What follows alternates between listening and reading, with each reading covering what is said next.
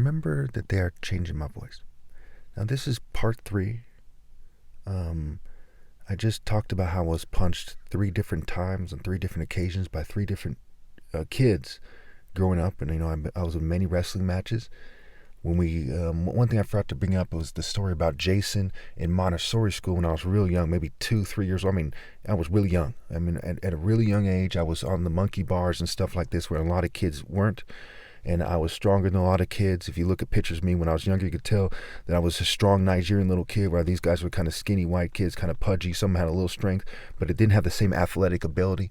And this is the root of a lot of racism from white people historically, and why so many black people are out of shape these days. When you think about making everyone out of shape, people like Michael Jordan's shape, or Ali or Tyson, it's going to affect them more, right? If some skinny white kid goes, hey, let's everyone be out of shape so no one's jealous, okay, who's going to lose out more?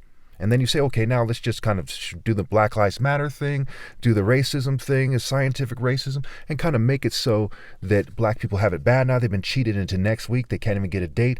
This is very similar to what's happening with me, but in the most heartbreaking and destructive way for society, because of the implications of my identity in reality. Okay. So I went over the Cardin kid. Okay, so first let's go to the Montessori real briefly here. This starts there, where the first wrestling matches outside of my family, we used to call it roughhousing when I'd wrestle with my dad and he'd kind of play around with it, right? The first wrestling matches I can remember outside of that was at Montessori school, where I was maybe 2, 3, maybe 4 years old, probably 2 or 3, probably 3.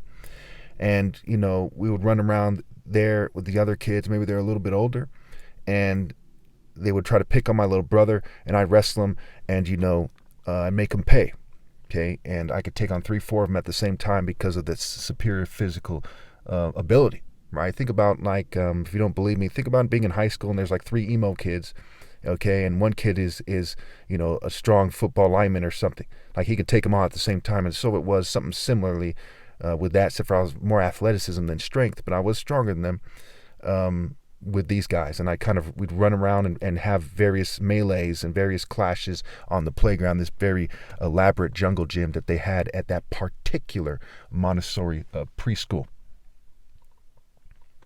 So as time goes on, that kid who, the first kid who punched me was that guy at Lodi. I don't know the order of events, but maybe that was the first one.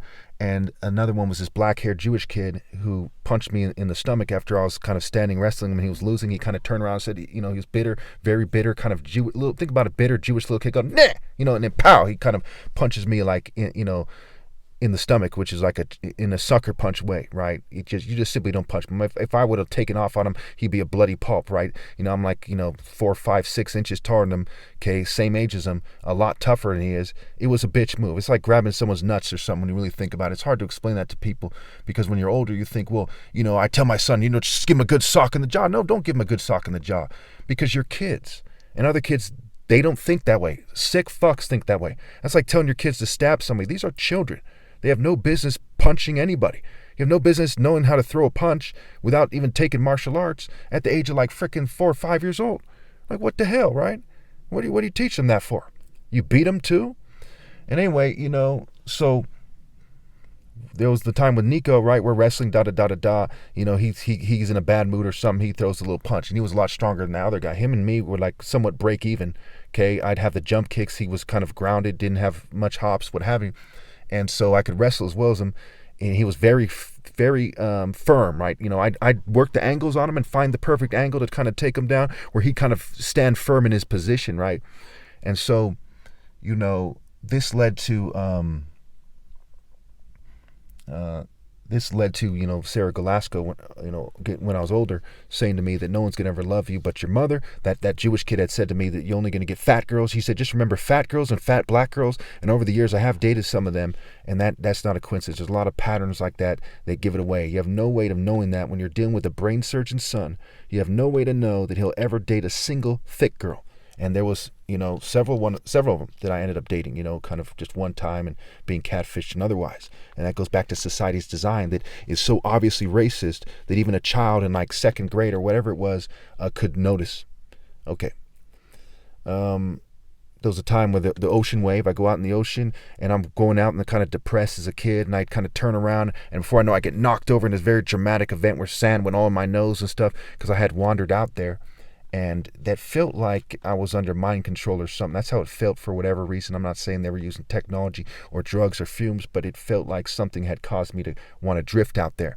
And I know that I don't have a mental illness because I've been studying people with brain seizures, psychosis, schizoaffective, schizophrenia. I've been studying this stuff, talking to these people on the internet, doing the research time and time again, and at National Institute of Mental Health, and on and on and on. Okay, taking online tests. I don't have any of that stuff. I know we're going over time a little bit. Let me just wrap this up here. There was a time when I was at the restaurant where I'm standing there. My dad goes to the bathroom, and I'm dressed in like nice clothes and everything. My hair's combed. I look like a healthy, rich child, right? And he's like, "Can I help you? You're not supposed to be here." Okay, and he must have been referring to my spirit, because these are occultists.